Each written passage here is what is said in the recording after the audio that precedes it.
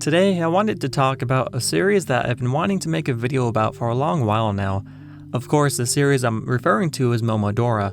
My first introduction to this universe was through Momodora, Reverie Under the Moonlights, a Souls-inspired Metroidvania game that would be released on Steam back in 2016. It would end up being the most popular Momodora game thus far. What most people may not know though is that this game was the fourth installment in the Momodora series, a prequel to all the other games in fact, with Momo 4 lacking any indication of it being the fourth entry and a story that stands on its own. I'm willing to bet that many people who played it didn't even realize that there were more games and story behind Momodora. So unless you went out of your way to do some external research on this game, or even read the description on the Steam store page, you'd have no clue. So what is Momodora exactly? Well, that's a little tricky to answer, but I'll try my best. Momodora was created by an individual named, and I hope I'm saying this correctly, Guilherme Martins, better known as Rdein. Prior to the release of the first Momodora game, Rdein had already built up a small library of games. On this old WordPress that belonged to Rdein, we can actually see the titles of some of these games: Bubble Girl Rosie, Trial of Love, Purple Tower, Fortune Perfect 75%, Fortune 10-4, 4CG, Kitty Gam, and of course, pack of very bad games you want to avoid. With the exception of Bubble Girl Rosie, every game here has seemingly been lost to time, and unless Rdein has a vault of all these games, I don't expect to get a chance to play them anytime soon. And trust me, I tried real hard to find downloads for any of these games. I just can't find them anywhere. The best I could find are these screenshots of gameplay of these games, and that's pretty much it. Another thing Rdein mentions on this page is a game called Moonchild, a project that became too ambitious and never officially reached completion, but would have led to its spiritual remake that would ultimately become Momodora. I have lots to say about Moonchild and the history around this point in time. There's plenty I want to cover, and I intend to talk more about it, but I'm going to save that for the next part in this video series. Anyway, with the release of Momodora 1 in 2010, it would be the first of many games to come out of that universe, and each game would be pretty unique too. Rdein would cite many things over the years as inspirations that would affect the creative process of the Momodora games. Some of those inspirations would be things like Mega Man, Castlevania, Zelda, Metroid, and Cave Story. Rdein would even point to Madoka Magica and the various anime from Studio Gainax as having influence on the series. All these sources of inspiration would shape the series along the way and would result in a diverse collection of games that didn't get too comfortable doing the same thing over and over again. Sometimes it would be a Castlevania-esque linear platformer. Other times it would be a Metroid-style exploration game. But while the games were willing to experiment over the years, there was one consistent aspect that never really changed. That being that gameplay was always heavily prioritized over story, which meant that the stories in these games were rarely ever the focus. The narrative you'll find in these games is going to be minimal to nearly non-existence. We've had 5 games in this series and they all essentially boil down to girls going out to fight evil monsters to save the day, and honestly, that's more of an excuse for Rdein to show off the stuff he's best at, world and character design. Rdein has stated himself that the stories and characters are more like vehicles to showcase the artistic elements of his games, even going as far as to say several times, even before this interview, that he's just not good at writing. And he'd go on to say that he doesn't believe anyone plays Momodora for the story anyway, that they play it for the gameplay and exploration. But that's where you're wrong, Rdein. I of course do love the gameplay aspects of Momodora a lot, but I also am a big fan of the world that Rdein has created for it. Although I think I can understand where Rdein is coming from, while I love the stories he tells in these games, they are all very simple. Rdein would even respond to Steam community posts explaining that every story in all the Momodora games have pretty much just been about an evil curse that must be defeated by a holy woman who fights demons, going on to say that it was never intended to be any deeper than that. And while this may be true, I don't believe that necessarily means Rdein never had an interest in delving deeper into a story, to take the simple premise he'd come up with for these games and further expand on them. He's mentioned in the past how Momodora 3's development had to be restarted around 5 times over the course of 3+ years, a pretty absurd number of resets, and I can only imagine it did quite a number on the team's motivation to continue. Rdein would attribute many things to the cause of Momodora 3's rocky development cycle, with one of those things being an interest to focus more on a story. They would encounter difficulties trying to work it into the game in a manner that they were happy with, but would progressively remove parts of the story as development continued. According to Rdein, by the time the game reached its 5th cancellation, the story had been cut down to the bare minimum. Despite the effort they put into Momodora 3 and the numerous cancellations it went through, the original vision of making a more story-focused game would ultimately never become a reality. The resources to accommodate a deeper story just weren't there, or at least they wouldn't be without compromising other aspects of the game that Rdein felt were more important. I think it's pretty clear that if Rdein could, he'd want to expand on the narrative in his games. However, that obviously was rarely ever a viable option for him and the team he worked with. But even though storytelling wasn't Rdein's expertise, I think the way he'd end up handling this aspect of his games is actually pretty interesting. Before I explain any further, I want to make a clear distinction between what I believe to be a game's story and its lore. A game's story to me are the events that take place in that moment in time, the plot that we the players experience as we watch a character progress through a start, middle, and end. And the lore is all the extra details surrounding that story, things like world building, all the information that may encapsulate such as culture, history, or even religion. This is where I think Rdein's writing abilities really shine the most. He opts to make a very simple story, but surrounds all of that with a lore that builds a world that exists outside the player's immediate journey. It gives us clues and hints to many things, but rarely ever goes out of its way to give concrete answers. For the most part, things are left up to your interpretation, to mold and shape the universe of Momodora into a unique world that's personal to you. These loose ends weren't left here by mistake. It was by design. I think he handles this type of storytelling extremely well. He obviously understands his limitations as a writer, but that makes it easy for him to be able to play with the narrative skills he does have, without crossing any lines into areas that may become too ambitious to commit to. And if this sounds like Rdein is taking inspiration from the way the Soulsborne series tells its lore, then you'd be right. Rdein's first experience with the Souls games was with the PC release of Dark Souls 1, and has obviously been a fan of From Software since. He'd even say that he thought it was interesting how Dark Souls didn't tell you much, that the game felt very mysterious, and that you'd always discover new things about it. And funnily enough, that's actually quite accurate to how I feel when I play the Momodora games. And that's part of what this video series is about. So to wrap up this introduction, my goal is to share what I know of the Momodora story and lore, starting from the earliest point in the timeline. But I also intend to share the history of the development of these games, along with the many individuals who helped create Momodora, at least to the best of my ability. I'll admit that this is going to be a bit of a strange journey, especially since I'll be covering the games in chronological order, but I hope it'll be interesting nonetheless.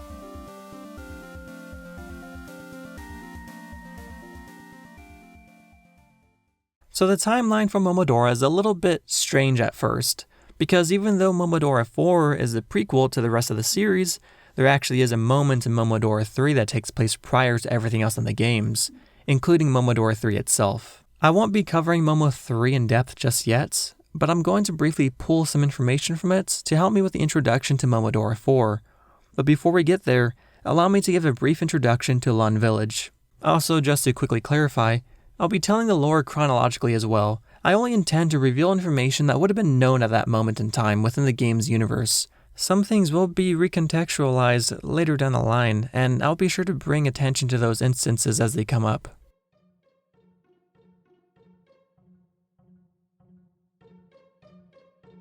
Lund Village is a reoccurring location in the Momodora universe. We don't know too much about this place prior to the events that we watch unfold in Momodora 4, but it's safe to assume that it was a highly religious place to live. Religion is a defining characteristic of Lund Village, and the religion they follow was primarily matriarchal in nature. The lives of its inhabitants would also reflect this, as they'd worship goddesses and follow the guidance of a village matriarch, and for some would become shrine maidens that would dedicate their lives to their faith. As the name would imply, these shrine maidens, also referred to as priestesses, would primarily be women.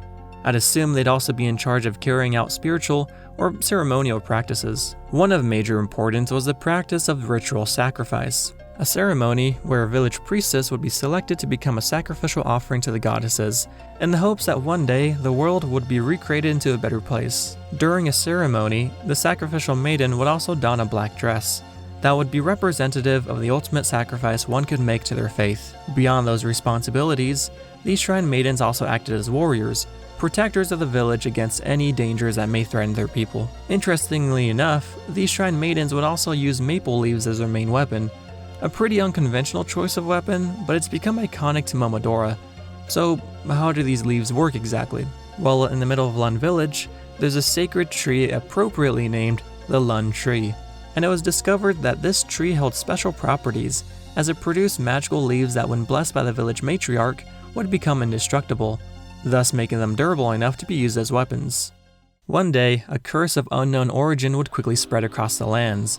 Many locations were affected by this curse, including Lun Village.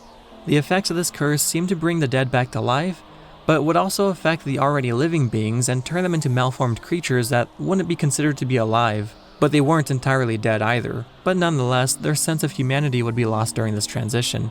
The line between the world of the living and the underworld was being blurred by this curse. And I don't necessarily mean that metaphorically either. There does exist an underworld in Momodora, where the dead continue to exist. Although we don't know much of what the underworld is like exactly, but I don't believe it's anything like being alive in the living world. Regardless, these creatures became a serious problem for Lun Village, and their best warriors would step in to repel the monsters that threatened to take over their home. Of these warriors were 4 shrine maidens simply known as Mallory, Luna, Chiimi, and Kaho Rdein. Together, these 4 priestesses fought to keep their people safe. But as a result of this curse, an evil spirit by the name of Hagok would soon arrive to bring devastation to Lun Village. He'd proved to be an extremely powerful enemy, contributing to a great number of casualties, and eventually would manage to kill all but one of the shrine maidens. Mallory, Luna, and Chiimi would all meet their fate by the hands of Hagok, leaving Kaho as a last line of defense for her people. We'd learn in Momodora 3 that Kaho managed to defeat Hagok with the assistance of a helpful stranger.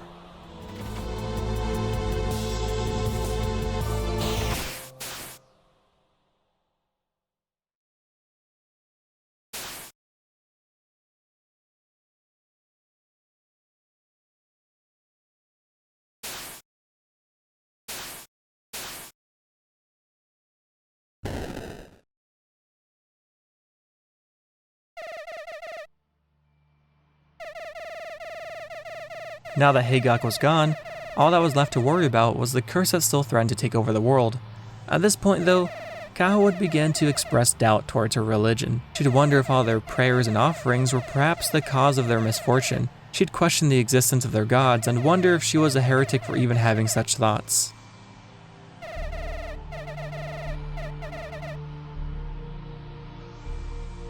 Eventually, it would soon be discovered that an eastern kingdom known as Karst was likely where the curse had originated from. Upon learning this information, Kaho would put on the black dress of sacrifice and would prepare to journey to the Karst kingdom, hoping to find the source of this curse and putting an end to its devastation. You might wonder why Kaho is even bothering with this mission after what she said in Momodora 3 though, but to be honest, you can probably assume why she would when you remember that the fate of the world might rest on her shoulders now. Still, Rdein would provide us with some insight on her thoughts via a response to a Steam discussion thread, which does help us imagine what her motivations might have been. Despite Kaho's doubts of her religion, and the fears and confusion of what is happening to the world around her, she wasn't prepared to let those things stop her from fulfilling her role as a shrine maiden. Perhaps she understood that there were questions she'd never get answers for, and maybe she wasn't sure if her actions will mean anything in the end. But those things weren't important to her anymore. Kaho's belief in her faith is strong. She grew up with it after all, and would become one of the most faithful people in her village. She might have felt some doubt, but those feelings wouldn't outweigh the trust that she held in her beliefs. The very idea of denouncing her faith would never cross her mind. Such a thing would likely demonstrate that her commitment to her religion was always fickle from the starts. Equally as important was the survival of Lun Village and her people. Kaho was meant to be their protector, and with the death of her allies, she was really their last hope. With the curse spreading so quickly, it would soon become apparent to Kaho that it wasn't just her own village at stake. So with all this in mind, we can see where Kaho's motivations come from. She has a duty to her people, and a faith that's stronger than any doubt she might have had. This is a mission that's much bigger than Kaho, and I think she knows that. As I said, she likely has questions and she probably knows she won't get those answers, but she has faith in her people and she has faith in her belief. And even if she might not be around to see what the results are of her actions, she knows that this will be a major stepping stone towards that better future that they've been fighting for. So Kaho, only equipped with a leaf and bow and arrow, would set out on her mission to the Karst Kingdom, and thus would begin the story of Momodora, Reverie Under the Moonlights.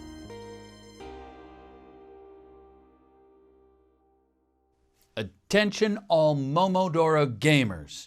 Kaho is in great danger and she needs your help to defeat the evil queen of Karst and fight back against the calamity. To do this, she's going to need a maple leaf and a couple of bellflowers. To help, she needs your credit card. The 3 digits on the back, the expiration month and year. But you gotta be quick, or Kath might not be the only one to suffer a painful death.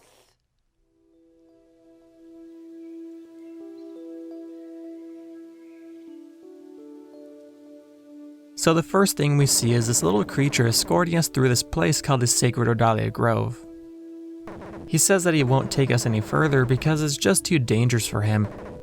He'd also mentioned that Kaho should seek an audience with the queen, which is of course the whole reason why we're here. This little character is actually a Bachman, a recurring enemy in the Momodora series since the first game. The bandages covering its face are actually concealing its most prominent feature, that being a massive eyeball for a head. Usually Bachman are hostile, but apparently when a Bachman covers its eye in such a way, it could help to tame its natural instinct for hostility. It's a pretty interesting detail, but never really comes up again as far as I know. Another thing I want to mention is that this game is full of references to other things that Rdein likes, and they're really everywhere to be honest.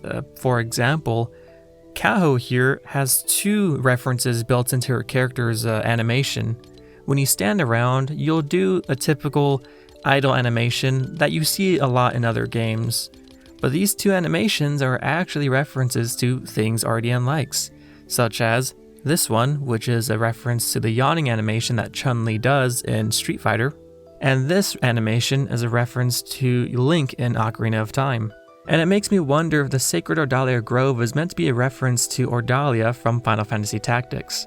I mentioned that Karst Kingdom was located east of Lund Village, and Ordalia from Final Fantasy Tactics is also referred to as an Eastern Kingdom, which seems too coincidental to not be a reference. I know Rdein has at least played that game, so it's definitely a possibility. Ordalia could also translate to ordeal, which could be a reference back to Trial of Ordeal, which was an ancient judicial practice where they'd subject an accused person to some sort of trial, usually a torture, with the expectation that God would intervene to prove their innocence. If I were to guess, I'd bet Rdein probably likes Final Fantasy more than prisoner torture, so it's probably not the torture one, it's probably Final Fantasy. History lesson aside, the Sacred Rdein Grove is essentially just a tutorial area for the game.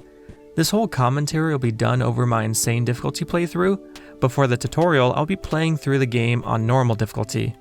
The reason for this is because difficulties above normal actually adds more monsters to the world, including the Sacred Rdein Grove, which makes it considerably more difficult and less like a tutorial.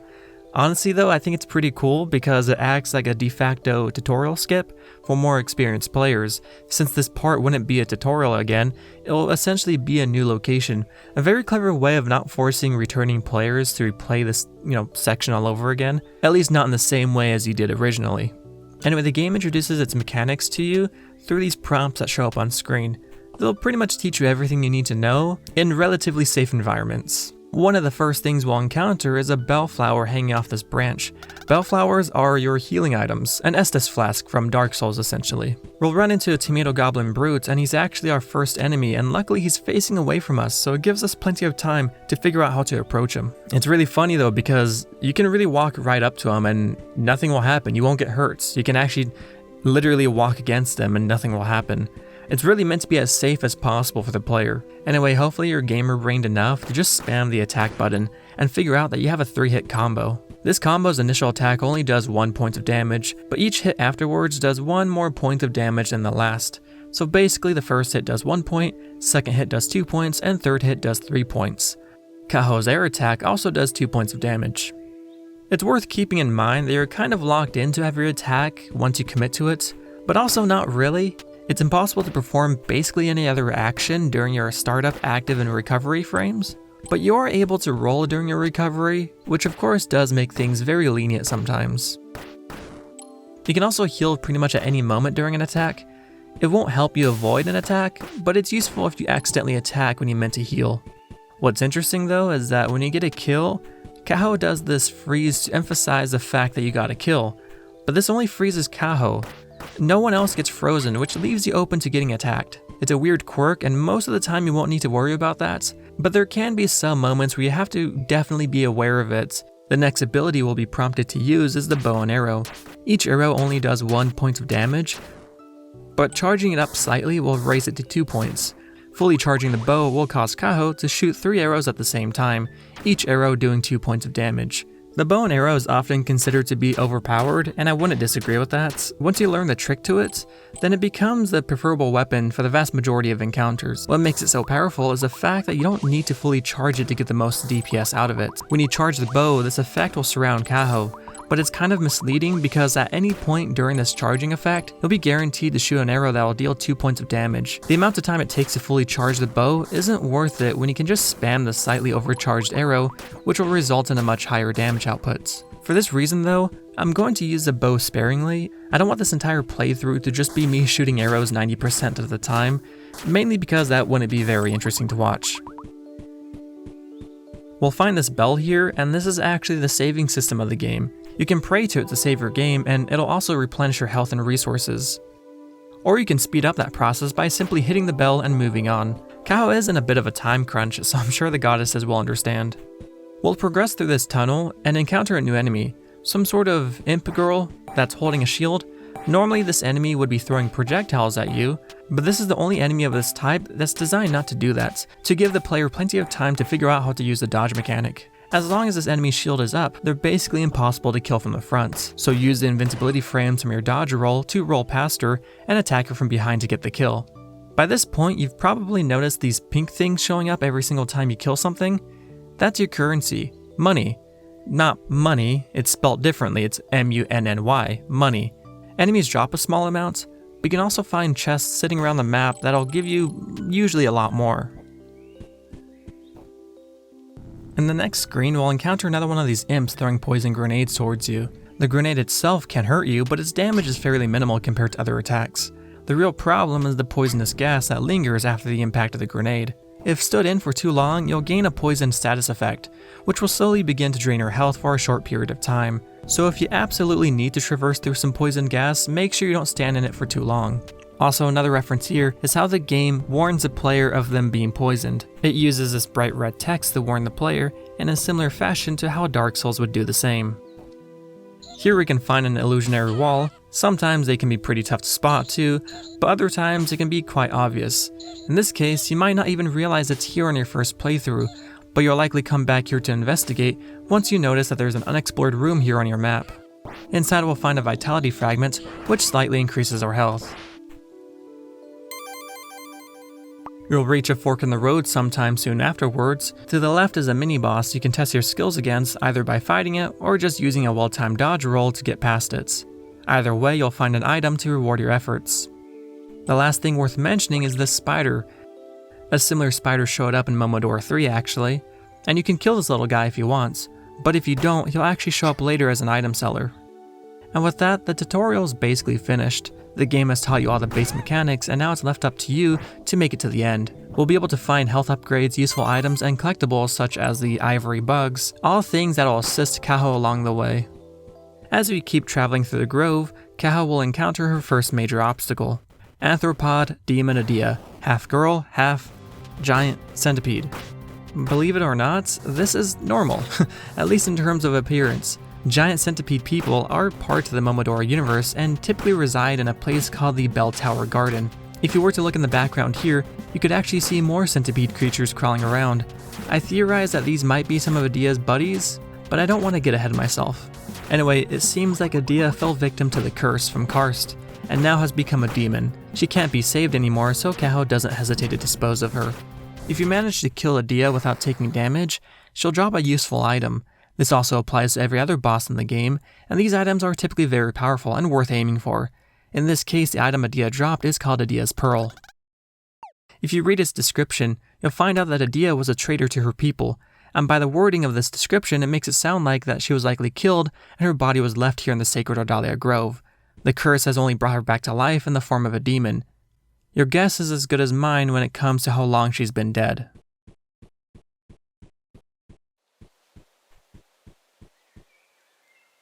Shortly after, we'll run into a skeleton named Asgore near the gates of Karst City.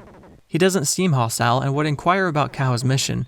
He'd warn her of the dangers that lie ahead in the city. Despite those dangers, Asgorn is determined to visit the city in search of his wife. He'd mentioned that he's been asleep for 100 years now, and that in his days he'd remember people would gather in the sacred grove to pray to higher deities.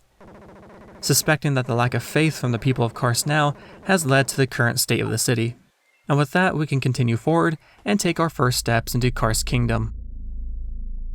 Once inside the city, you'll probably notice that the sun has set and now 2 moons have taken its place. They're also glowing a bright blood red color.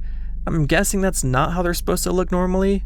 Momodora established that it had 2 moons back in Momodora 3, but what I think is funny is that the 2 moons are actually a reference to Chrono Cross, which is another one of Rdein's favorite games. So yeah, that's right, a major characteristic in this world, the 2 moons is actually came from a reference, which I think is really funny, and it's just a permanent feature of the world, you know? I mean, unless some sort of storyline happens in the future where that changes completely.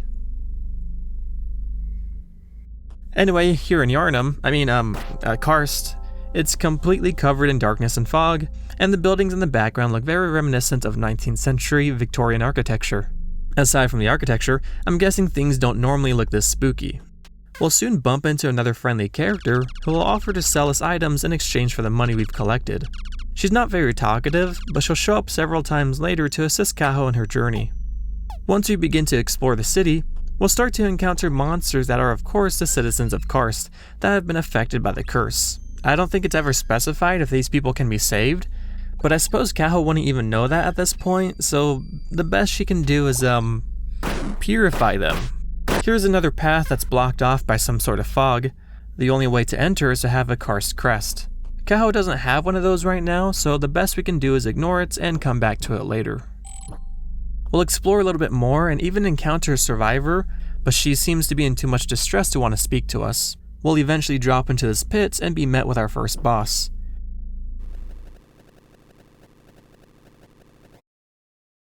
This is Mocha. He's a small little Bachman guy. He identifies Kaho as a missionary and doesn't hesitate to start trying to kill us for his mistress. His attacks are mostly defensive, and getting too greedy could easily get Kaho killed, so be careful. Mocha is also the strongest Bachman I've ever seen, but despite that, this fight is just a prelude to the real boss fights. Once you get Mocha's health down to about 50%, the ground will begin to shake before it breaks apart, causing Kaho and Mocha to fall. Kaho would land on a platform, but Mocha wouldn't be so lucky as he'd fall into the body of water below and thus into his watery grave. Or does he? Anyway, Lubella, the Witch of Decay, would then make her VTuber model debut, and the focus of the fight would turn to her now that Mocha was gone. So who's Lubella? Lubella Dim was an orphan who grew up on a small settlement on the countryside of Karst, forced into the criminal world in order to survive. Over time, she'd develop into a person who took pleasure in this mischief. After death, she'd be resurrected into this immortal state. I don't believe this is because of the curse though. Lubella has been alive for possibly hundreds of years now. Regardless, her goal now is to usurp the noble throne of Karst, recruiting lesser servants like Mocha to help her achieve this goal. Although, as we've just seen, her servants are often killed by her. She's a fan favorite character, and her backstory played a large part in contributing to her popularity. Just kidding, it's because of her massive pair of fan service. Self-proclaimed alleged ass person Rdein says that her chest being animated was originally added as a joke, but made it into the final game somehow. The implications of this claim are dubious at best. Joking aside, she does have a great design. She was even featured as one of the many cameos in La Mulana 1 and 2 Hidden Treasures edition that was exclusive to the console releases. When you take a look at all the art and covers made for this game, you'll notice how prominent she's featured. You'd think she'd surely play a massive part in this game. Anyway, Lubella wouldn't give Kaho the chance to kill her, as she'd decide that she wasn't worth the efforts and would end the fight before escaping. With those distractions out of the way, we can finally move on. We'd soon run into Kath. She's a human, a Nidus for Karst Kingdom in fact, and she's not too impressed when she sees Kaho. She tells her that it would probably be best if she took shelter since she didn't seem too capable of protecting herself. Kaho would explain her mission to Kath, and she would just laugh, doubting the queen would at all be interested in helping a village as insignificant as Lun. What's funny though is that Kath warns her that she heard rumors of an undead witch lurking around. I don't think she realized yet that we just had a run-in with Lubella. She also tells us that if we really want to meet the queen, that we'll need to be careful because the city only gets more dangerous the deeper we go. She'd go on to express how much Kars has turned into a graveyard. Many people have died and still continue to die, lamenting the fact that her sister Catherine was unfortunate enough to meet a similar fate. And with that bummer to cap off the conversation, we're finally let loose to explore. And at this point, the game just opens up to us. We can explore anywhere we want, and the only locked doors are going to be for shortcuts. So the experience can be pretty different for everyone. But for this video, I'm going to be covering each location in a very specific order, but mainly because I want to share my favorite location for last, and I'm pretty excited to share that with you. After our conversation with Kath, we can go down these ladders and into the water towards our first major location. You won't find Mocha here, but you will find this cool chest. Open it up and then we keep going and jump down this pit.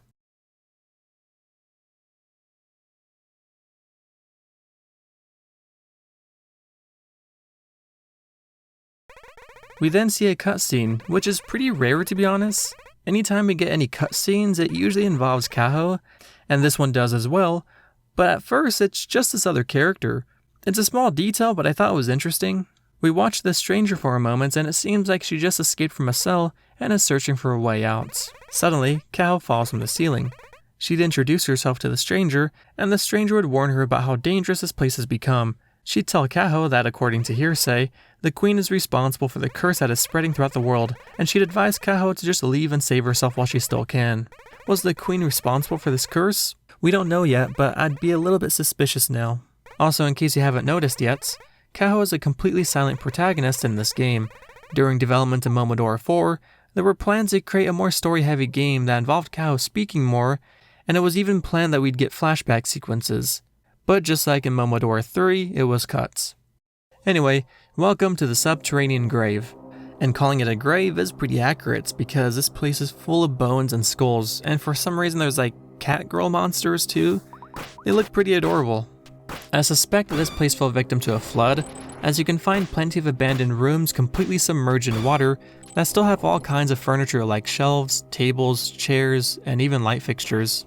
If we explore a bit more, we'll find that this place also acts as a jail. And check it out, it's Asgorn. How did he end up here? I don't know. He'd ask us to help him out, and luckily we can. Upon opening the cell, Asgorn would thank you. Apparently he was imprisoned here by someone or something. At the moment though, his only concern is to continue his search for his wife. He'd actually tell us that he and his wife have been dead for a long time now, but the curse has brought him back to this world, and suspects that his wife may be here as well. You know, with this information about Asgorn, it makes me wonder if Adia went through the same thing. Adia, I assume, has been dead for a long time, and maybe she was also resurrected by this curse. But perhaps the reason why Asgorn seems to be in sound mind is because he did die naturally. Rdein mentioned that he isn't crazy because he died naturally. So again, as I said, I'm assuming Adia has been dead for a long time now. So maybe the fact that she was killed by her people was the difference as to why she became a demon as opposed to Asgorn. That's just my theory though. He doesn't spend much more time chatting and says goodbye so he can resume his search. Before we leave though, we can take a look at this last cell here and talk to the fish person inside. This poor guy begs Kaho to find a way to free him. Apparently the curse has already reached his homeland too, and I'm guessing he might have a desire to return to his people. He tells you to please not leave him alone there, but unfortunately there's no way of saving this person. A switch doesn't exist for the cell, and if you come back later, he'll already be dead. Dying in a cell, all alone, in a city that's devoid of life, is probably as tragic as you can get. Anyway, there isn't too much to see in the subterranean grave. Well, except for this cool jellyfish. We can also find this key that'll open up a shortcut later, but the most important place we want to get to is this room. Only a couple steps in, and we'll get ambushed by our next boss.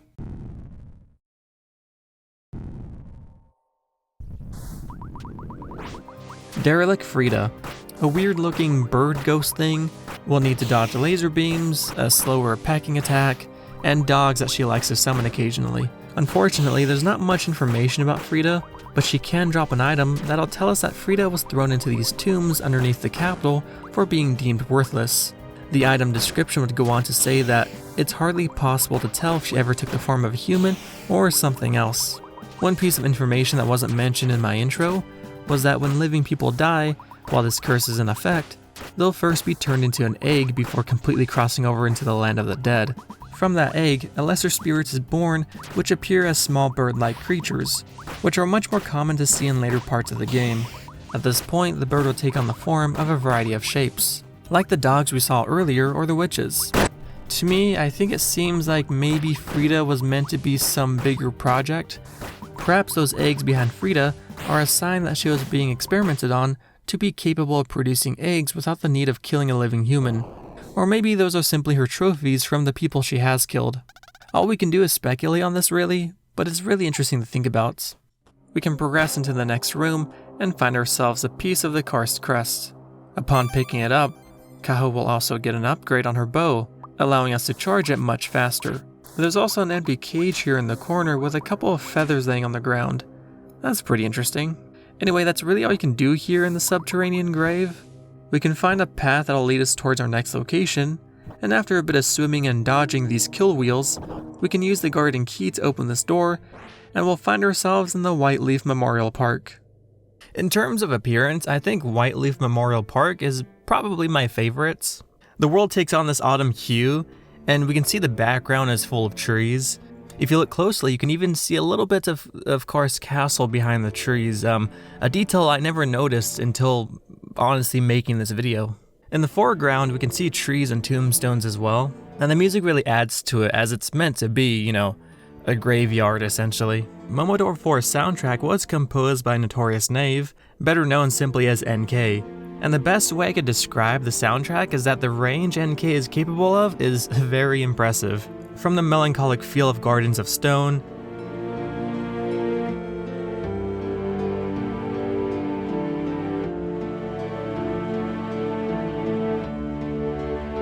to the feeling of urgency from Assault,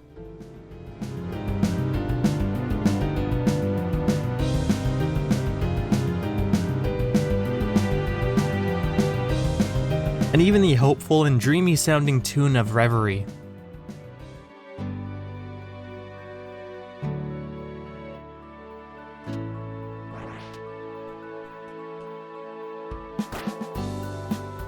NK would go on to produce the soundtrack of Momodora 5, Moonlit Farewell, and oh my gosh, just wait till we get there.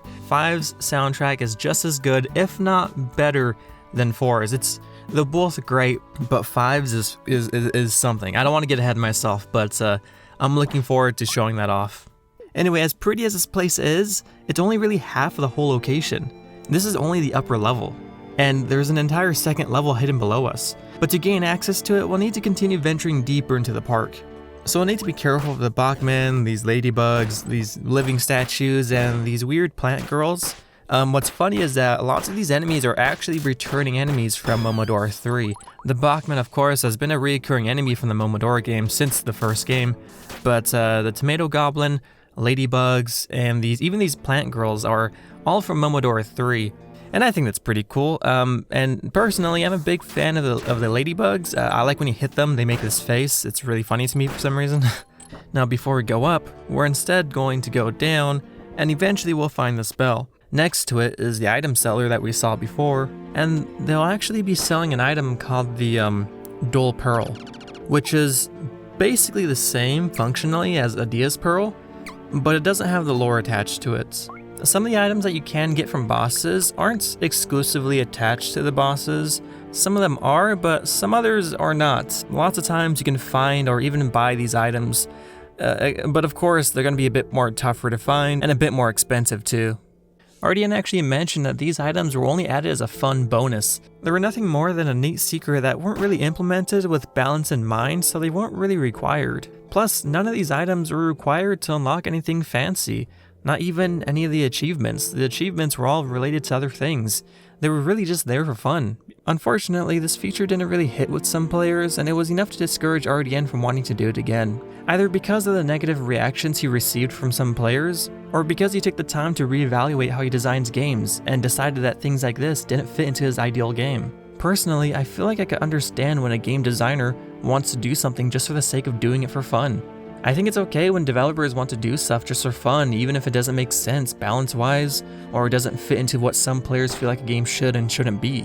Anyway, I guess that's really all I have to say about these boss items. But speaking of bosses, we'll actually run into another one pretty soon here, and it's Lubella, back again for round 2. But this time though, she's a lot more aggressive.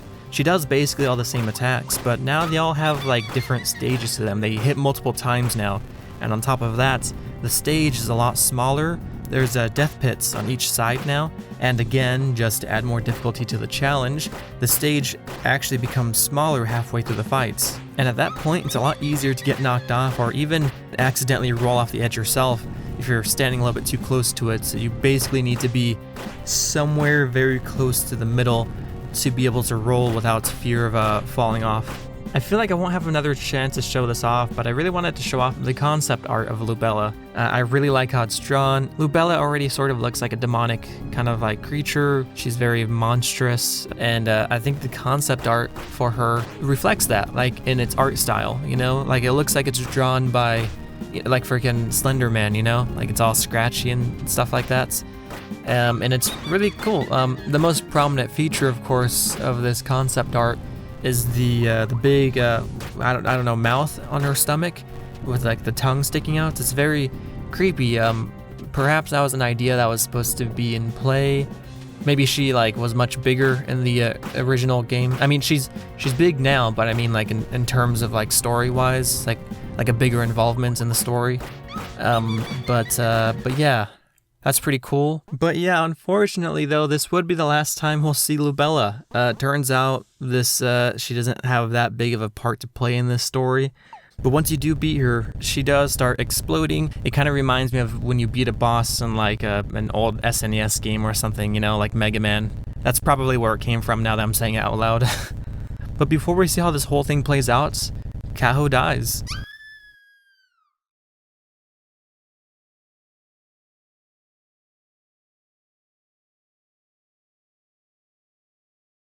But not really, because Lubella, in her last-ditch effort to defeat Kaho, would hit her with one more spell that would turn her into a cat.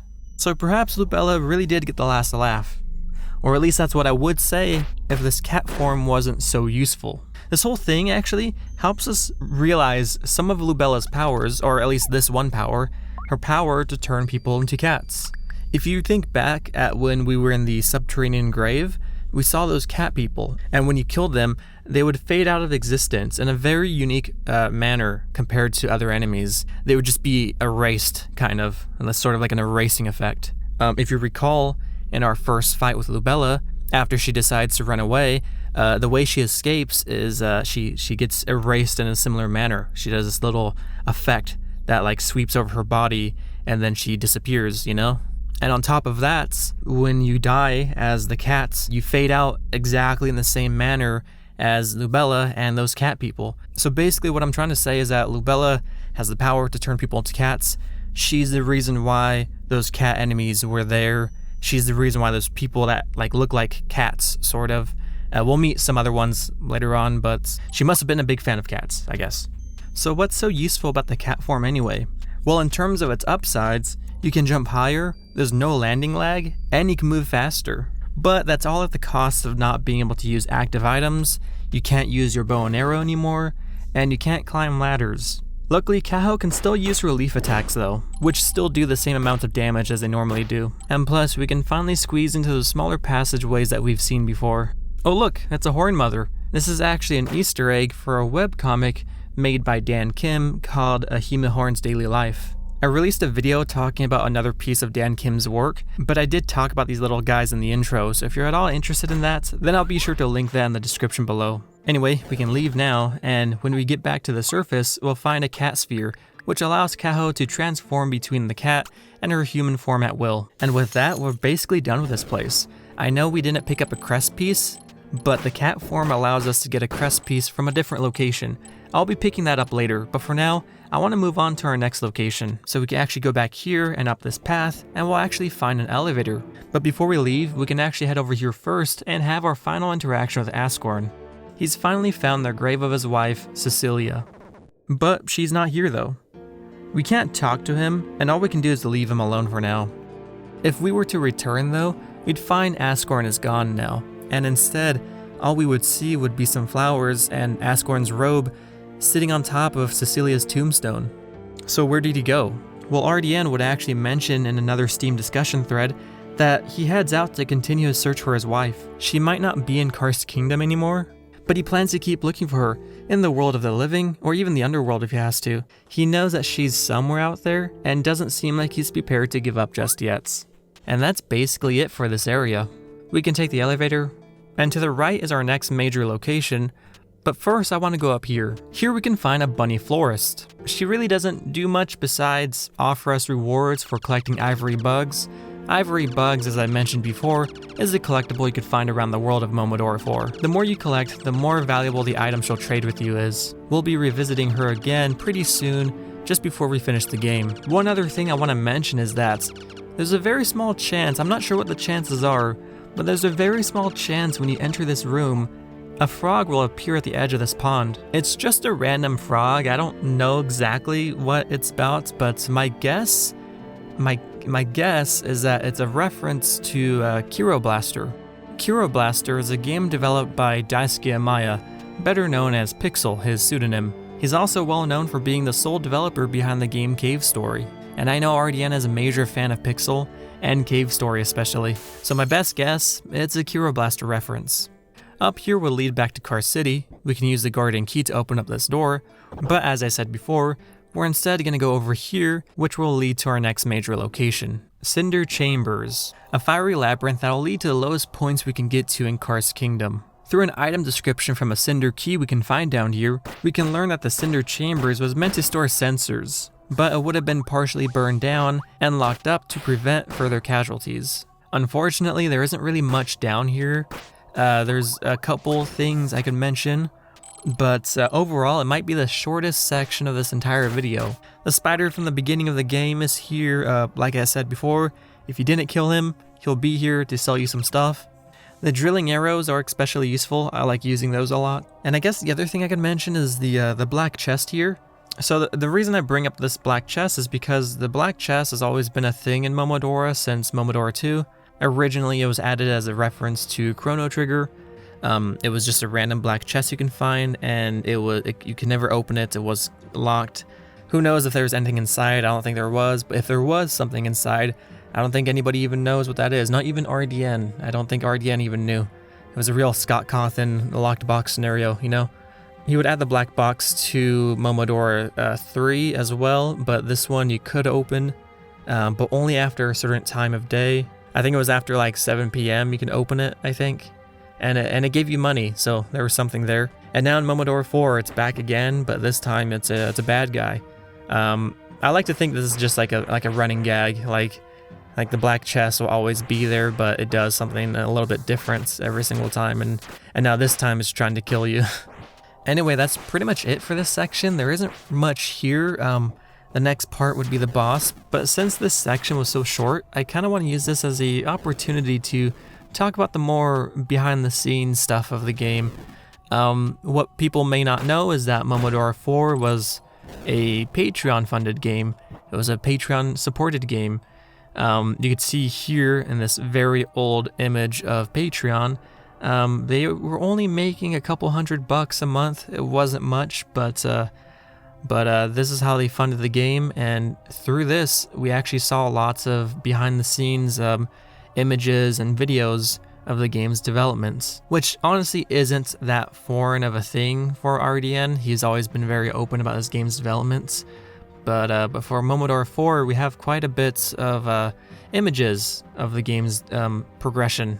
Here's an early, well maybe not too early developments of the area we meet Kath in. You can see it looks a little bit different. That's pretty cool.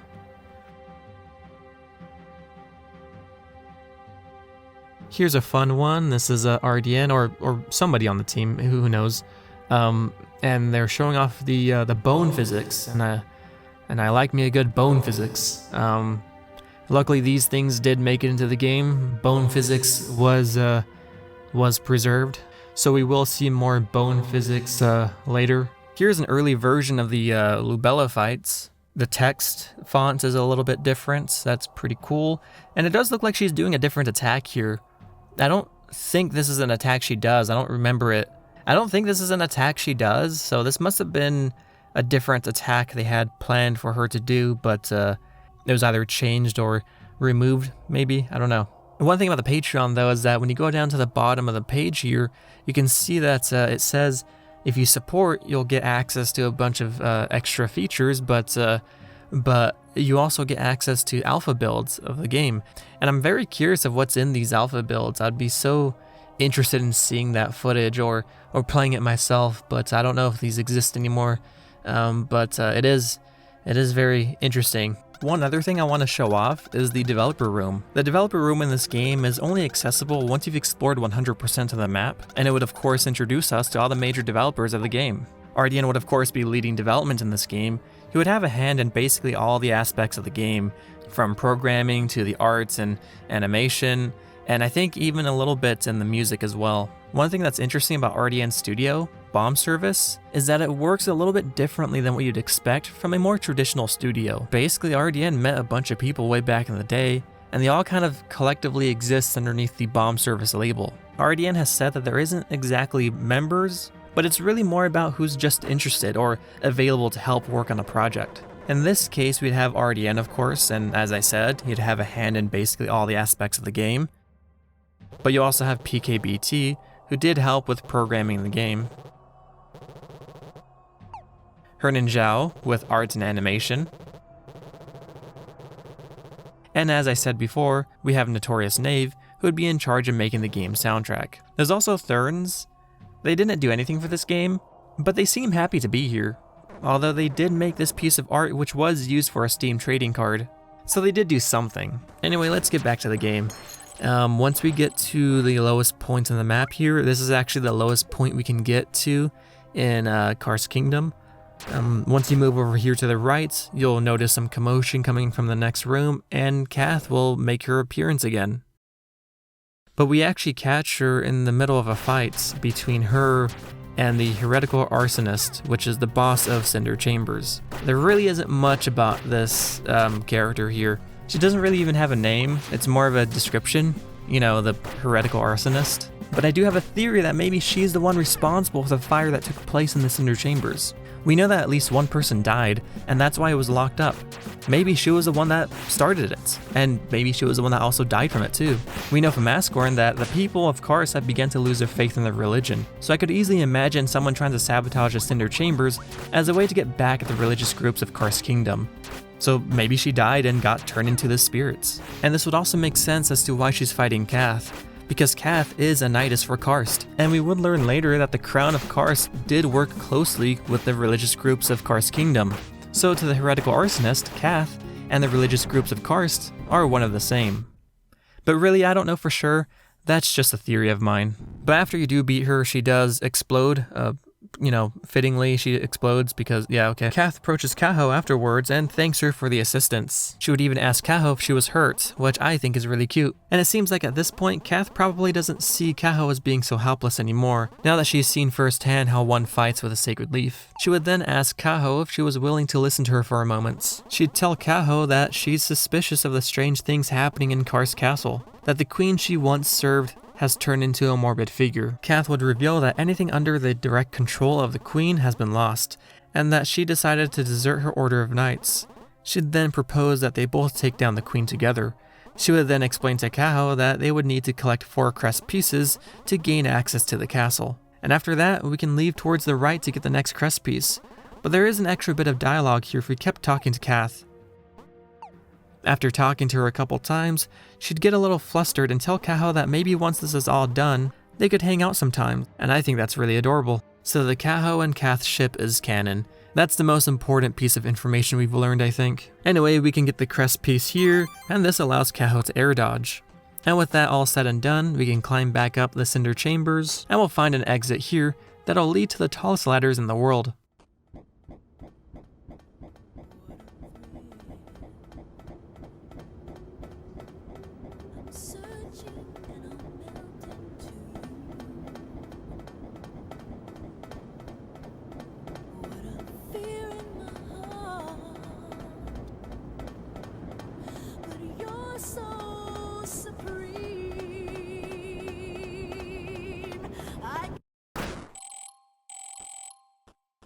give my life, not for honor, but for you.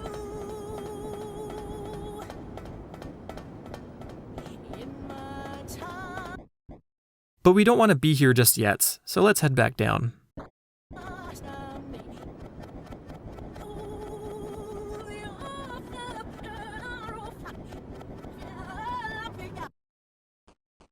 We'll actually be returning to the sacred Ardalia Grove. The reason for this is because I want to pick up the crest piece that I mentioned earlier. On the way back though, I want you to take note of this windmill. It's asking for an item, but we don't have that yet. We can't do anything with this yet, but it'll come into play later. Just keep it in the back of your mind for now. Kaho would also encounter another obstacle in the form of a mini-boss. There isn't much to this guy. He's just a knight who's probably under the influence of the curse. He's pretty fun to fight, and at this point he shouldn't pose much of a threat. Here's what the fight would normally look like though. But if you manage to get the sparse thread from the Frida fight though, it makes this mini-boss hilariously simple.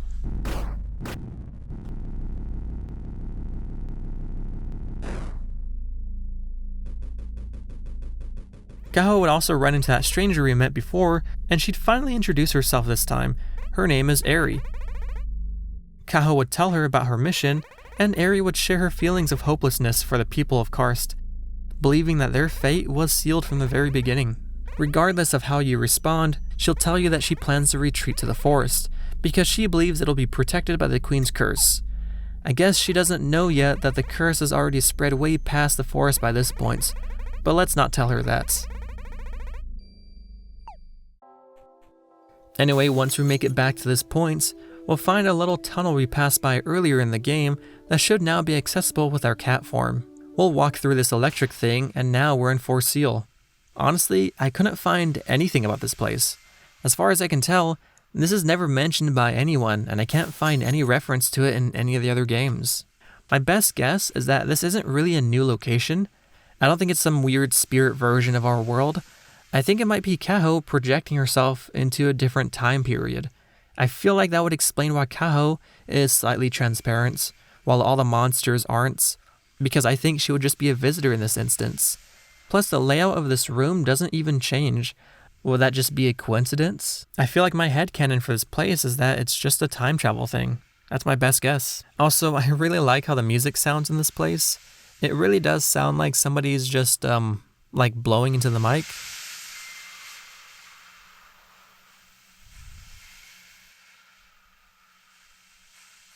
Also, one fun detail I notice is that I think this is the only place where we can see Kaho's breath.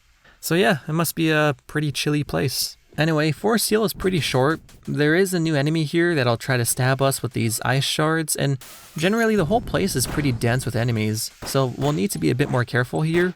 We'll eventually find the crest piece here at the end, and this one will grant Kaho the ability to warp to certain bells. Nothing else is here, so we can just leave now. On our way out though, we'll run into Eri once again. By this point, Eri would realize that the curse has not only spread to Kaho's village, but has also spread far beyond that now. And Eri would simply apologize for Kaho's loss. And normally this would probably be the end of Eri's story for most people, but we will revisit her once more, just to have one more interaction with her. For now though, we can go to our final location to explore, before we start heading towards Karst Castle, and that's the Forlorn Monastery, my personal favorite location in the game. On our way back, we'll run into this man. His name is Paramol. After Asgorn, Paramol will be the last male character we'll ever meet in this entire game. Is there a lore reason why there's only 2 male characters that exist in this game? Nope. Rdein would just have an easier time coming up with female characters. In an interview, he would say, "I think girls are cool. There isn't much more to it, to be honest." He'd explain that designing characters was a very natural process for him. He would think of a character, start drawing, and then suddenly a girl shows up. A real Yoko Taro, if you ask me. But the biggest reason is that I just really like girls. Anyway, Paramol would instantly be skeptical of Kaho, but would quickly realize that she didn't seem to be a threat. He'd tell her that in the kingdom's current state, it would be really difficult to reach the castle. He'd suggest that she go and see his master within the monastery, that she'll be able to guide her in the right direction. Also that she likes cats. This is Forlorn Monastery. This is the church of the dominant religion of Karst Kingdom, or rather it was at one point. You'll encounter a few nuns within the monastery. This one would even tell you that you can be saved from eternal damnation simply by donating to Saint Celine. Can't blame them. The economy must be pretty tough with this pesky curse turning everyone into horrific spirits. Toss them the 15 monies and now you've achieved salvation. Nice job. So what's the deal with this church and who's Saint Celine? Well, Celine is one of presumably many gods that they worship, but it does seem like Celine is its main figure. The nuns would explain that they've become a minority ever since the queen propagated destruction, causing their people to lose their faith to the church. One interesting fact to note is that the dominant religion of Lund Village and Karst Kingdom are different, but were likely one of the same at one point in history. Over time, they would branch out into different directions and become their own distinctive beliefs, sharing only some similarities. In the next room, we'll run into this woman in a long dark blue dress. Speaking to her reveals that she's aware of Lubella's death, and that she feels it was the gods answering their prayers. She'd expressed disappointment that many of the church followers are going against the queen's wishes, that it's a disgrace to their lord. She'd insist that the queen's kindness knows no bounds, that she'd even be willing to protect a heretic from Lund Village such as Kaho. This is Choir. She's a pretty interesting character, but she doesn't do much for now, so we'll come back to her soon. Here's a room we found earlier. Going down the ladders will of course take us to Cinder Chambers, but going up these ladders and up this elevator will lead us to a locked door and a room with a unique monster. This monster doesn't appear anywhere else in the game, and it has a unique ability to heal itself when its health gets too low. Another interesting quirk about this enemy is that it's one of the very few non-boss enemies that doesn't respawn. Once you kill him, he's pretty much gone forever. My only guess as to why this is the case is that it might be another Dark Souls reference. Dark Souls also has stronger uncommon enemies that wouldn't respawn upon death, such as the Fang Boar in Undead Parish. In case you're curious about the other enemy that doesn't respawn, well, I'm not even too sure if it's intentional, to be honest. Way back here before we fight Lubella Dim for the first time, we can find this witch hanging out here in the corner. You can kill her all you want and she'll keep respawning. However, after your fight with the night mini-boss, you can return to this place and she's just gone. I don't know if this is intentional. I kind of doubt it because it just seems odd to me. Maybe it's related to the survivor that was here originally, but now they're missing and, you see blood, like where she was at. But I'm just not too sure. I don't want to get too ahead of myself just yet, but I just don't know where else I can mention this.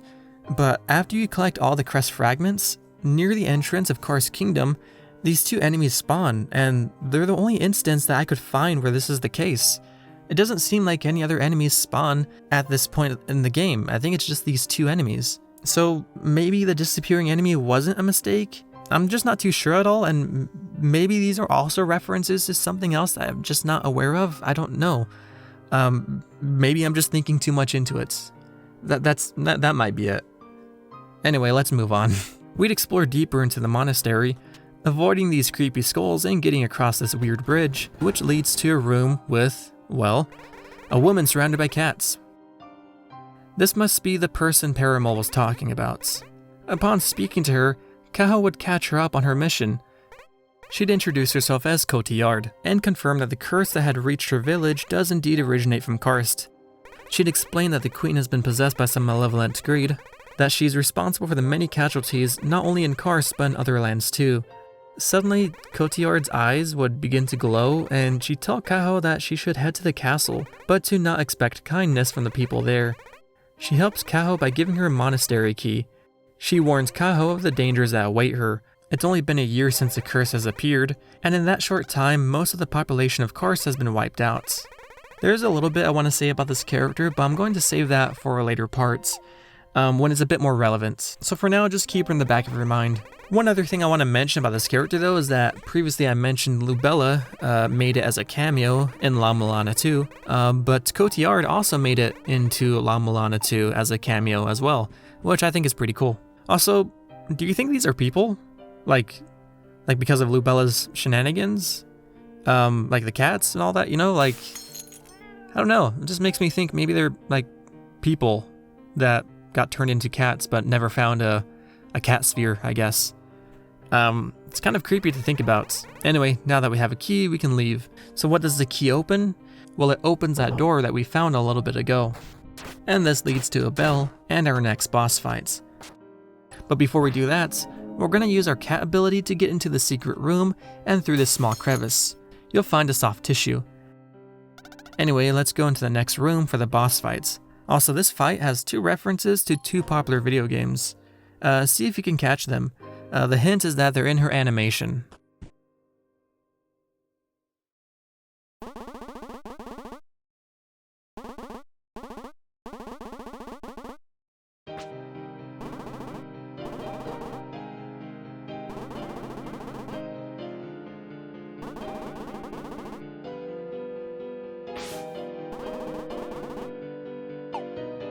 This is Pardoner Fennel, a loyal follower of Saint Esteline, notable for her undying faith in the church and paranoia for those who may threaten to cause further harm to it and its servants. This devotion leads her to assume an outsider like Kaho to be an immediate threat, worried that she may even be aligned with the queen herself. She doesn't care to ask questions before she decides that Kaho needs to be eliminated. This is one of my favorite fights. It has unique music, and I love the dynamic in games where it feels like you're going up against an equal or a reflection of yourself. She doesn't really use any fancy gimmicks or anything too dissimilar to what Kaho can do as well. She has a lightning spell, she takes swings at you with her sword, and she can dash around quickly just like Kaho can with her air dodge, and she can also try and debuff you. It's a pretty even playing field. Well, you know, with the exception that she does way more damage to you and that she takes way more hits to kill, but you know what I mean.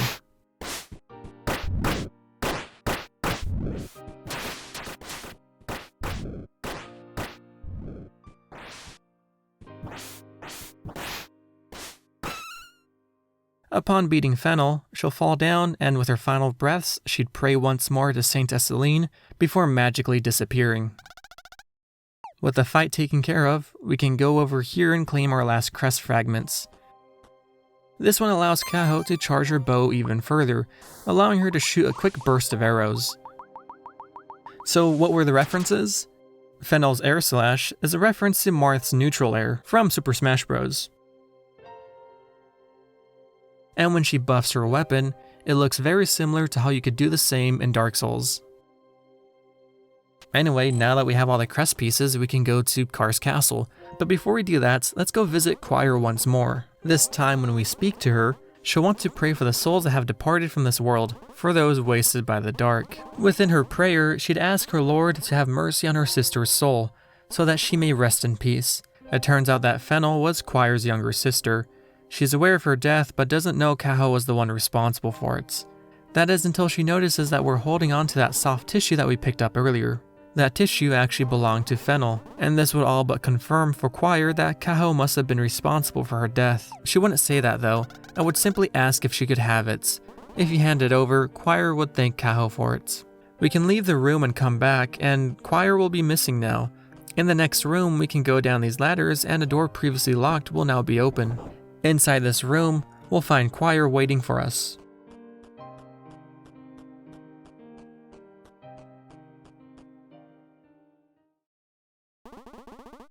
Choir would identify Kaho as a threat to the crown. She wouldn't tolerate Kaho's actions anymore and tells her to pray that her soul will go in peace.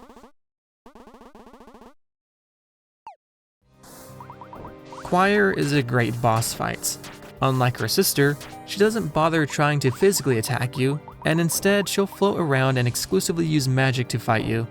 She barely even moves during her attacks, and it's your job to get past her combination of offensive and defensive spells. Please take note of how organized her spells look too. Everything is symmetrical and consistent. A clear intention can be seen behind her spells. Halfway through the fight, Choir would land on the ground, showing clear signs of injury as she'd grasp her arm in pain. Her spells would become more aggressive, favoring more offensive attacks and foregoing her defensive abilities, and thus a sense of self-preservation. As the fight continues though, Choir's desperation to avenge her sister's death comes out in full view. She'd fall to her hands and knees, looking down at the floor as she banged her fist against it over and over again, praying that her Lord Esteline would show her mercy, knowing that she wasn't going to beat Kaho. Of course, you could tell she's in distress through her body language, but look at her spells. The bubbles or magical circles that would emit from her body aren't as even anymore. They're scattered and disorganized. The concentrated barrage of energy she'd summoned from the ceiling isn't as focused anymore. It stutters and isn't nearly as threatening anymore. By this point, Kaho would only need to hit her a couple more times before Choir would accept defeat. She wouldn't say anything though. She'd just keep slamming her fist against the ground repeatedly.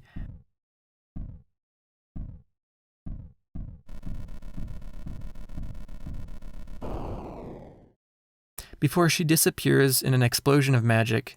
She dies knowing that she failed to avenge her sister's death. But is that all there is to it? If you manage to beat Choir without getting hit, she'll drop the soft tissue that you gave her, but now stained with her own blood. The description of it would reveal that Choir, unlike her little sister, wasn't nearly as faithful to their religion. Fennel believed in her faith, and the church and the queen were at one point allies. But that all changed when the queen began her reign of terror. Fennel wasn't afraid to take a stand against the crown, for her faith was far more important to her than anything else. She was likely a big influence on the church as a whole, and that didn't sit right with Choir. Choir held her personal alliance with the queen above her faith, so much so that she didn't like how Fennel and the church spoke of the crown. But did Choir actually believe in the queen? The queen's devastation had begun, but where Fennel's bravery and core principles to never betray her faith held strong, Choir would instead succumb to fear. She betrayed her god, and instead would commit her loyalty to the queen, but likely because she feared the consequences she'd face had she not fell in line. Perhaps Choir had other reasons to stand side by side with the queen though. It's not impossible to think that despite her fears, she might have felt that the queen was doing something right. Things aren't always so black and white after all. At this point, we'll never know what her motivations might have been, but what we do know is the reality that Choir wasn't there for her sister. Perhaps her support would have changed her sister's fates. Because remember, Fennel's goals closely aligned with Kaho's, but her blinded paranoia refused to let her realize that. But Fennel was killed, and now Choir realizing that it's too late to help her little sister anymore, she tries to avenge her death, but she fails. In her final moments of life, we saw her desperation come out in full view. She turned her back on her faith and on her sister, and all she could do now is beg for her god to forgive her, knowing that she had betrayed him too, and now could only hope that he would show her mercy. And that's the end of the story of these two sisters. It's probably the most depressing side story in the whole game. The game never gets explicit about these details, but sometimes it gives you just enough to imagine how these scenarios played out. One common aspect of this game, and really all the Momodora games, is that they disguise themselves with these very cutesy exteriors, but when you think a bit too much about it, the plots and side plots of these games can be pretty tragic, and that's definitely the Madoka influence in effect. Now, before we actually head to the castle, we should visit Cotillard one more time and see what she has to say. When we return to her, she acknowledges how far we've gotten in our journey, but she'd also confirm that the queen is to blame for everything that's happening here, revealing to us that the queen had formed a contract with the underworld. She'd tell us that maybe the queen hadn't expected this to happen, or maybe she did. It really makes you wonder how she even knows this stuff. Anyway, we'll say our goodbyes and head back to the blocked path we encountered early in our adventure. Travel through, and we'll find ourselves in the Royal Panacotheca. We'll run into this cat lady. She might have been cursed by Lubella too, but she isn't hostile, at least not physically. I think this is what Cotillard meant when she said we wouldn't find kindness here. We can try to talk to her, and she'd immediately try to get Kaho to leave, questioning how she even got inside in the first place. Despite her aggression, she'll still take the time to introduce herself as Nutmeg Liz. Upon learning that Kaho has business with the queen, she'd allow her to enter further into the castle, although we never really needed her permission to begin with, if I'm being completely honest.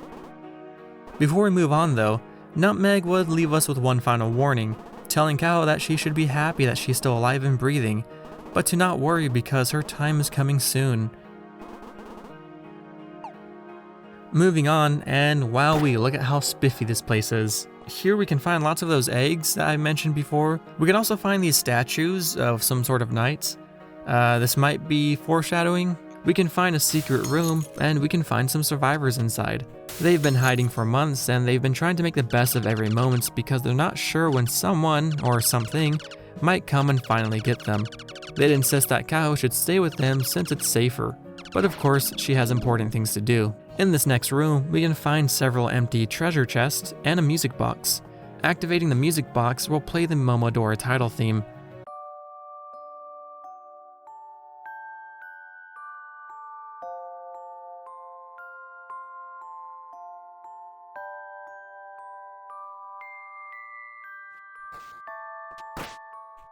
After that, there are quite a few branching paths we can run into. Some will open shortcuts, some will lead to items, one will lead to a laughing red skull, which is literally nothing.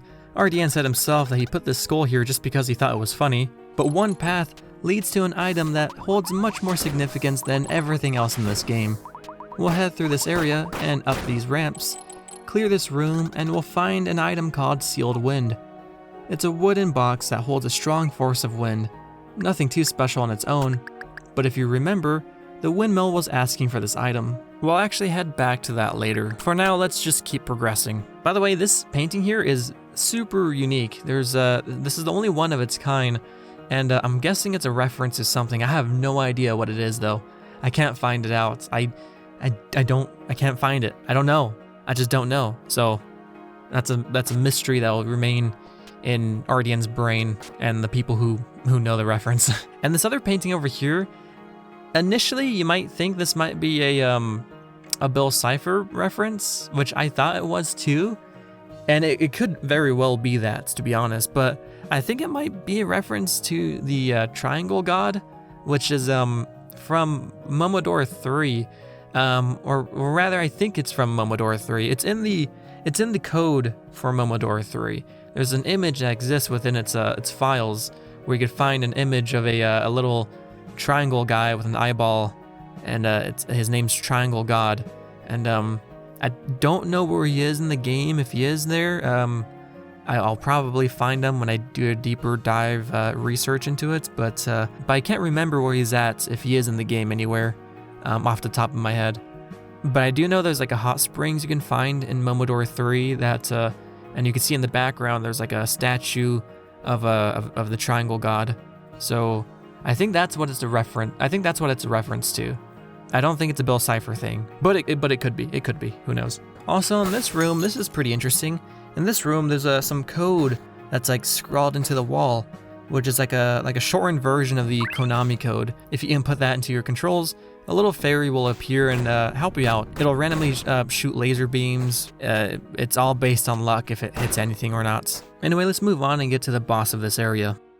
This is Duchess Loupier, and look, she looks like those knight statues. I assumed that was supposed to be depicting her since Loupier and the statues have those rabbit ear looking things. I guess you could argue that maybe all the knights had that, but Kath doesn't, and neither did that knight mini-boss. So I think it's safe to assume that that was supposed to be her. Obviously, she's associated with the Order of Knights to protect the Queen. Unlike Kath though, it doesn't seem like she has any interest in disobeying the Queen anytime soon. She also seems well aware of our run-in with partner Fennel some time ago. You'd think Loupier would consider Kaho an ally for disposing of someone I'd assume she'd consider a threat to the Queen, but that doesn't seem to be the case. She'd call for backup and the fight would suddenly become a 1v2 when the royal huntress Magnolia shows up to assist her. Loupier doesn't fight with a sword either. She's literally gonna try to beat up Kaho with her fist. And you know what, if you're unlucky to be in the wrong place at the wrong time, some of her attacks are pretty lethal, and as you'd expect, she's very short range. She doesn't have much range to her attacks, but that's how you have to fight her. She's completely immune to arrows. There's nothing you can do about that. Your arrows are completely useless against her, so you have to sort of fight her by her own terms, you know? You have to get close to her, which I think is really cool. And on top of that, Magnolia is constantly shooting arrows down center stage, which makes the center of the stage kind of dangerous, you know? You don't really want to be there. It kind of forces you in the corner, which of course is where the boss is going to exceed the most at. Loupier is sort of like a fighting game character, you know? Like, the worst place you want to be at in a fighting game is the corner, and if she has you in the corner, that's very dangerous. You want to get out of there as quickly as possible. So it's up to you if you want to fight her while in the corner, or if you want to deal with needing to dodge Magnolia's arrows at the same time. Upon defeating Loupier, Magnolia will make a desperate attempt to kill Kaho with a knife. but she's easy to dodge and goes down quickly. She's obviously much more experienced with the bow, and the lack of armor makes this second phase a non-issue for Kaho. After beating Magnolia, she'd kneel down and allow us the chance to speak with her. She'd tell Kaho that she's just like Partner Fennel, that she stands against the queen blinded by faith. She'd end the confrontation by telling Kaho that the queen would never hurt them, before she disappears.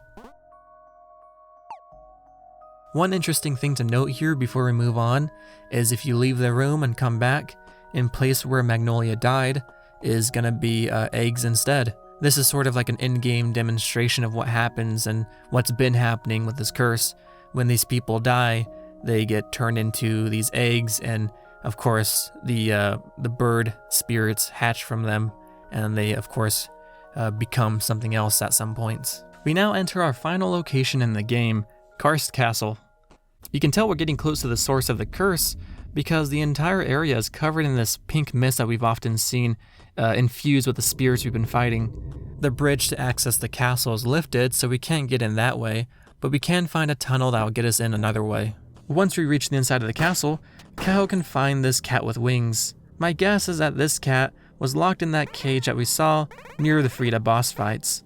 We can talk to him, and he seems very knowledgeable about our mission. He knows Kaho is a sacrificial maiden from Lun, but doubts if such a ritual will even be enough to save them from this curse. And the funny thing is that he is actually right. By this point, I think we can head back to that windmill. Another reason I wanted to wait is because by this point, you can collect all the ivory bugs in the game, and you can return to the bunny florist to trade them in for an item called the Hazel Badge. Its description just says that it's a useless trinket, but can still hold a place in our hearts. This shiny little badge in particular seems to depict an owl. We can actually take the Hazel Badge back to Eri, and she'd offer to trade us an item for it. She'd give Kaho a blessed charm, and tell her to have faith, that things will get better soon. Although Eri never mentions it, it turns out that Eri is actually the Princess of Karst. The only way you'd find this out is from the description of the blessed charm. The description of it would tell us that it's a protective tool given to infants of the Karstian royal bloodline. The fact that she has it would imply that she's related to the queen, and since the queen has gone mad, it would make sense why Eri would probably be thrown into the underground prison. Now we can head back to the windmill. We can activate the windmill by using the sealed wind. It'll open up this little path that'll lead to a small well of water, or rather, a well of sacred hibisco tea. A tea that when used to bathe the priestess's maple leaf, can amplify its repelling effects. We'll do just that, and it'll turn it into a fresh spring leaf. A weapon now capable of purifying the source of the curse. It'll also make it do more damage.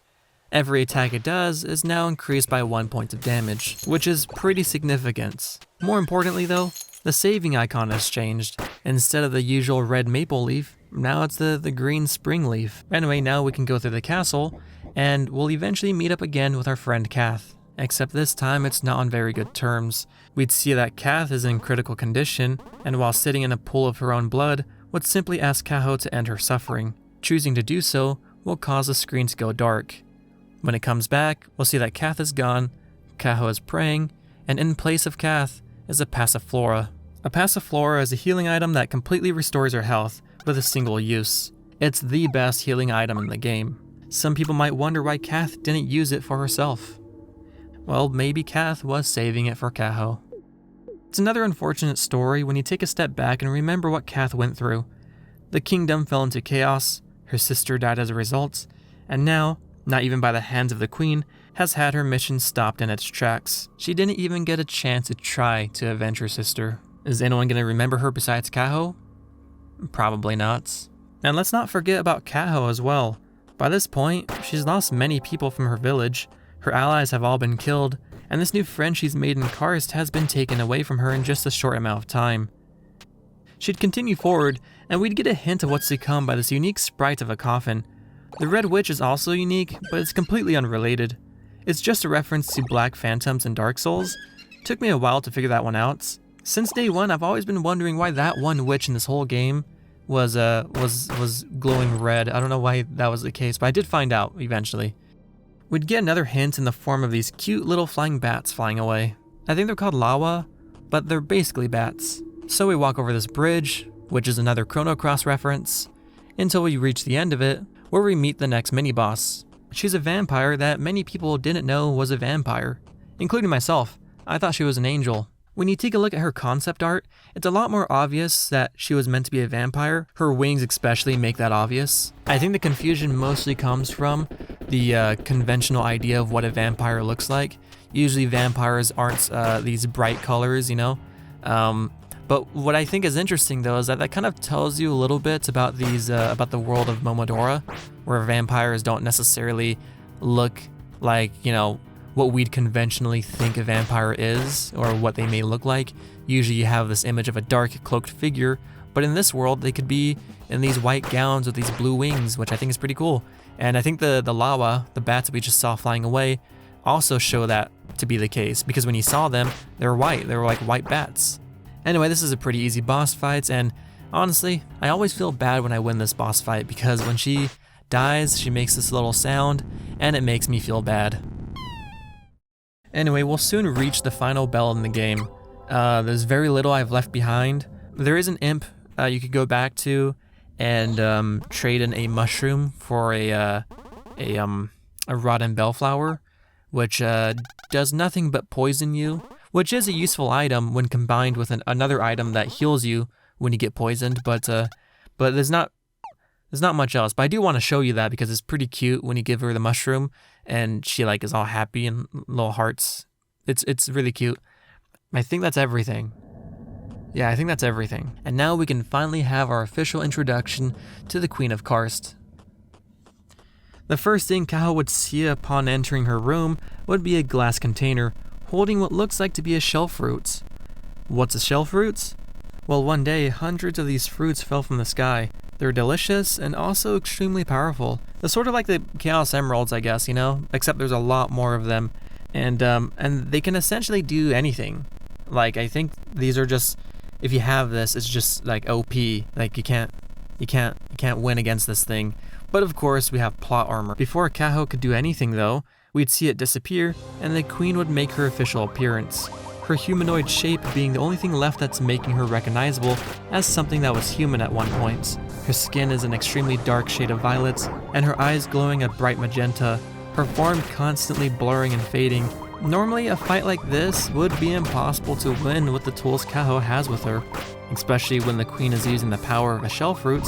What she does have though is the fresh spring leaf, which very much might be her only chance to winning this fight.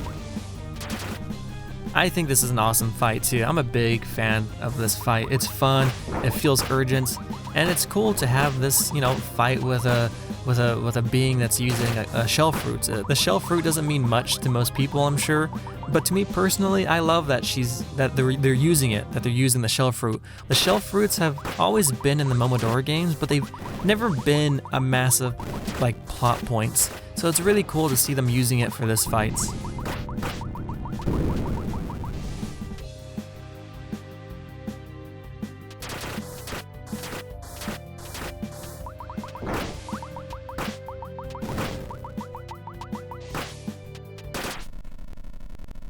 After you beat her in her first and second phase, the fight actually wouldn't be over. A third phase would begin, the ground would begin to tremble and shake as a massive spirit would flash into existence, and it towers over Kaho several times her size. And what I think is amazing about this fight is that when you look at the name, there is no name. This thing doesn't have a name. I think it's separate from the Queen of Karst, because the Queen of Karst had a name, but this monster doesn't. I theorize this is the thing that was possessing her, or perhaps this is the spirit that she made that deal with. And looking at this from Kaho's perspective, I can only imagine what she could be going through, because this spirit has a similar form to that of Hagok, the monster that was responsible for the many casualties of Lund Village, and the death of Kaho's companions. Do you think that this would be a dark reminder of what's to come from this fight if she doesn't win, the consequences of failing her mission? Kaho would of course triumph over the spirits, and the monster would begin to die in a flurry of explosions, being fended off long enough to leave the Queen of Karst in a weakened state. Kaho would draw the curse out of the queen's body and absorb it into herself, finally stopping the spread of the curse. But as a result, the priestess would begin to fade away in the process. The queen is saved, and the curse is no more.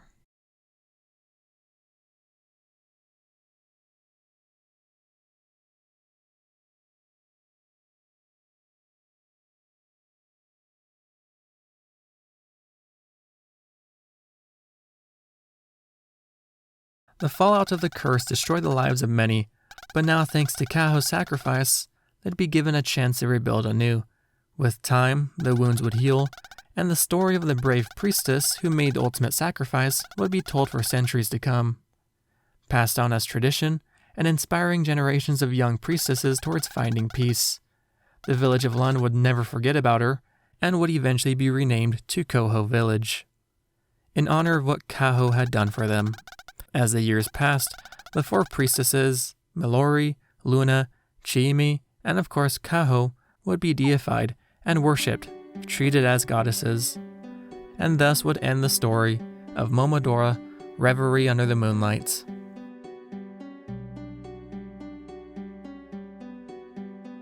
Anyway, that's it. That's the end of the whole story, for Momodora 4 at least.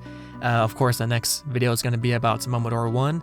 I'm not sure if I mentioned this, but this is going to be like a video series. This is just part 1 of a 5-part series. I'm going to be covering every game. At the moment, it's a 5-part series. It's possible it might be 4 parts, but at the moment, it's a 5-part series. Where I'm going to be covering every game and giving space to every game to have its own video. That's the plan moving forward at the moment. But yeah, I hope this was enjoyable. I hope it was fun. I hope I was accurate. Dear God, I was accurate. Dear God, I hope I did not mess up any information. That was my biggest fear. Anyway, that's going to be it for this video. I'll let the credits play out, and that'll be it. You guys take out. You guys peace out and take care.